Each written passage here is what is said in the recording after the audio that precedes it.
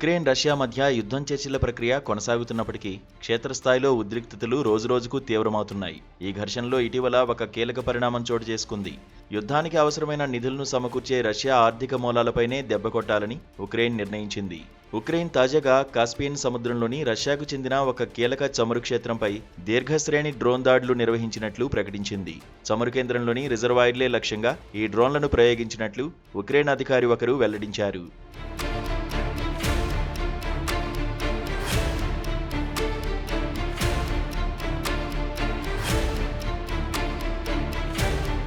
చమురు నుంచి వస్తున్న ఆదాయంతోనే రష్యా యుద్ధాన్ని తీవ్రతరం చేస్తోంది.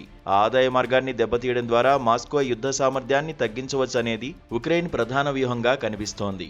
రష్యా చమురు క్షేత్రాలే లక్ష్యంగా మరిన్ని దాడులకు ప్రణాళికలు రచిస్తున్నట్లు ఉక్రెయిన్ అధికారి తెలిపారు. అయితే ఈ డ్రోన్ దాడులపై రష్యా అధికారులు ఇప్పటివరకు ఎలాంటి అధికారిక ప్రకటన చేయలేదు. ఇది యుద్ధంలో ఒక కొత్త దశను సూచిస్తుంది. కేవలం సరిహద్దు ప్రాంతాలు లేదా సైనిక స్థావరాలపైనే కాకుండా ప్రత్యర్థి దేశం కీలక ఆర్థిక మౌలిక సదుపాయాలను లక్ష్యంగా చేసుకోవడం ద్వారా ఒత్తిడి పెంచే ప్రయత్నంగా దీన్ని విశ్లేషకులు భావిస్తున్నారు.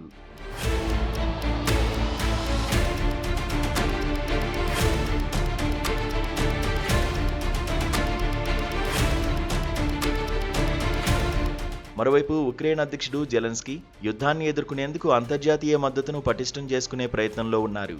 3 ఏళ్లుగా జరుగుతున్న యుద్ధంలో తమకు సహకరించేందుకు ఐరోపా దేశాలు ఇప్పటికే తేలికపాటి యుద్ధ ట్యాంకులు, గగనతల రక్షణ వ్యవస్థలు, ట్యాంకు విధ్వంసక క్షిపణులను అందిస్తున్నాయని జెలెన్స్కీ తెలిపారు. అయితే కీవ్ నగరంతో సహా ఇతర ప్రాంతాలపై రష్యా దాడులు ఆగడం లేదు కాబట్టి తమకు మరింత మద్దతు ఇవ్వాలని ఐరోపా దేశాలను ఆయన కోరారు. ఉక్రెయిన్ ఆర్థికాభివృద్ధికి సంబంధించిన విషయాలపై త్వరలో అమెరికాతోనూ చర్చలు జరపనున్నట్లు ఆయన పేర్కొన్నారు. ఇది కేవలం సైనిక మద్దతుపైనే కాకుండా యుద్ధానంతర ఆర్థిక స్థిరత్వంపై కూడా ఉక్రెయిన్ దృష్టి సారించినట్లు తెలియజేస్తోంది. మరోవైపు రష్యా ఉక్రెయిన్ ఘర్షణ కొనసాగుతుండటంపై అమెరికా అధ్యక్షుడు డొనాల్డ్ ట్రంప్ తీవ్ర అసహనం వ్యక్తం చేశారు. యుద్ధంలో జరుగుతున్న ప్రాణ నష్టంపై ఆయన ఆందోళన వ్యక్తం చేశారు. గత నెల రోజుల్లో ఈ యుద్ధంలో దాదాపు 25,000 మంది ప్రాణాలు కోల్పోయినట్లు ట్రంప్ తెలిపారు. యుద్ధం ఆపడానికి ఎన్ని ప్రయత్నాలు చేసినా ఫలితం లేకపోవడంపై ఆయన నిరాశ చెందారు. ఈ దాడులు ఇలాగే కొనసాగితే 3వ ప్రపంచ యుద్ధం వచ్చే ప్రమాదం ఉందని డొనాల్డ్ ట్రంప్ హెచ్చరించారు. ప్రపంచ నాయకులు ఈ ఘర్షణను ఆపడంలో విఫలమవుతున్నారని, ఇది ప్రపంచ భద్రతకు పెను ప్రమాదాన్ని సూచిస్తుందని ఆయన అభిప్రాయపడ్డారు.